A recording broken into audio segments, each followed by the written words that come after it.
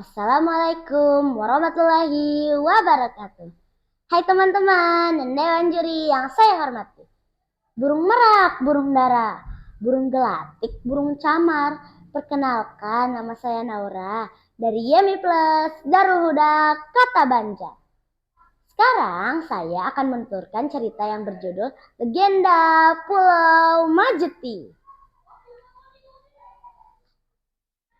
Cerita ini diambil dari buku cerita rakyat Kota Banjar. Nah teman-teman, tahu tidak apa itu Pulau Majeti?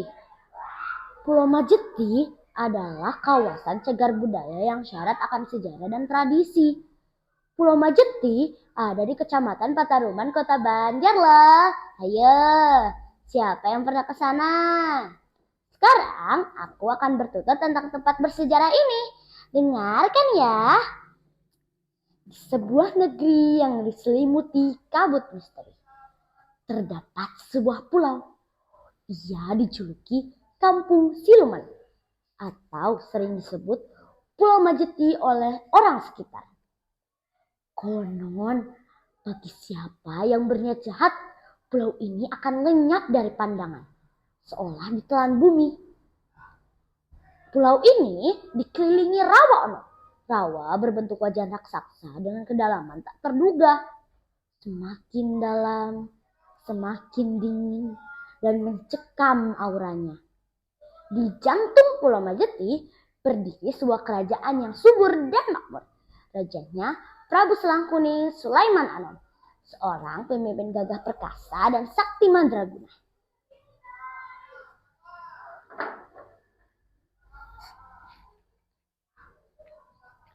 Suatu hari, saat Prabu Selangkuning berkeliling menunggangi kuda sembrani kesayangannya, ia melihat cahaya indah dari kejauhan. Wah, cahaya menakjubkan apa itu? Seru raja terkesima. Penasaran dengan cahaya itu, ia mengikuti cahaya itu sampai terjatuh. Ternyata cahaya itu berasal dari Ratu Dewi Gandawati. Terpesona oleh kecantikannya, sang Prabu jatuh hati dan memutuskan untuk melamarnya. Surat lamaran pun ditulis dan diantarkan oleh burung cala di bawang. Awalnya sang burung gentar. Ampuni hamba Paduka, hamba tidak sanggup jika harus memasuki gerbang kerajaan jin Qaraisin. Kekuatan hamba tidak mampu menembus gerbang gaib mereka. Ungkap burung cala di bawang.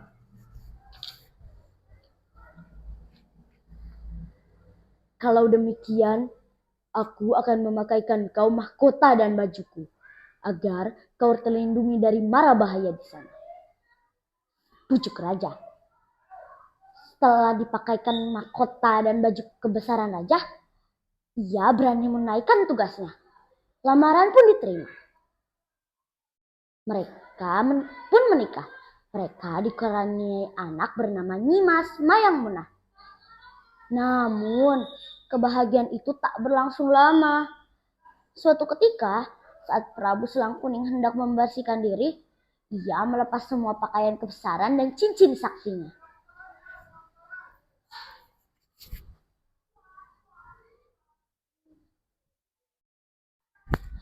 Tanpa sepengetahuannya, sesosok jin jahil melintas dan melihat cincin itu. Dunia ini sepi sekali. Tidak ada yang bisa kujahili. Cincin sakti Prabu Selangkuning. Mengapa ada di sini? Ungkap jin. Seketika terbesit niat jahatnya. Aku harus memilikinya. Aku akan menjadi sakti mandraguna seperti Prabu Selangkuning. Dengan cepat, jin itu mencurinya. Ketika ia memakai cincin tersebut, ia berubah wujud menjadi Prabu Selangkuning. Kehilangan cincinnya, ia kehilangan kesaktian dan kegagahannya. Cincinku, cincin saktiku, mana cincin saktiku? Raja tampak terpukul. Ia pun terpaksa berjalan tanpa tujuan ke arah selatan. Sementara jin penjelma mengambil alih takhta Pulau Majeti. Bertahun-tahun jin itu memerintah, namun karena cincin itu tak berada di pemilik aslinya, Pulau Majeti dilanda kekacauan. Wabah penyakit misterius menyerang, menyebabkan kematian dan kemiskinan. Orang pandita bijaksana akhirnya menyadari bahwa raja yang memimpin bukanlah Prabu Selangkuning, melainkan jin penjelma. Ia segera memberitahu kebenarannya kepada masyarakat.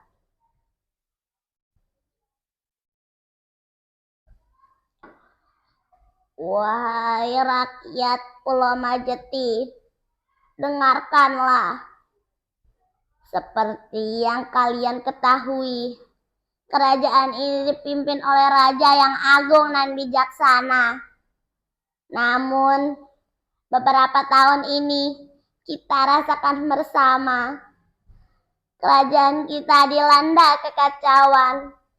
Hal itu disebabkan oleh raja palsu yang memimpin kerajaan kita. Ungkap Pandita. Apa? Maksudnya apa? Masyarakat bertanya kebingungan.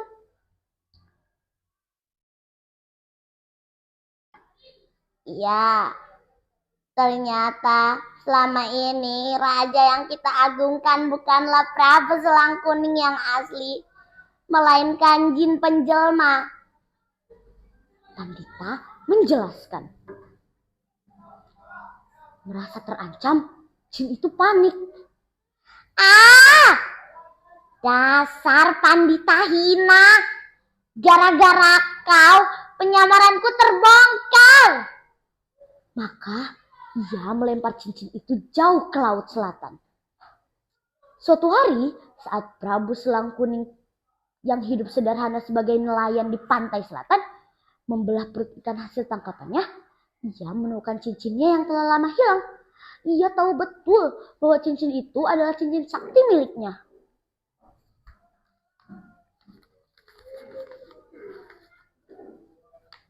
Cincinku? Benarkah ini cincin saktiku? Mengapa ada di sini? Tanya Prabu Selangkuning gembira. Ketika ia memakai cincin saktinya, seketika kesaktiannya kembali. Ia pun memutuskan untuk kembali ke Pulau Majeti.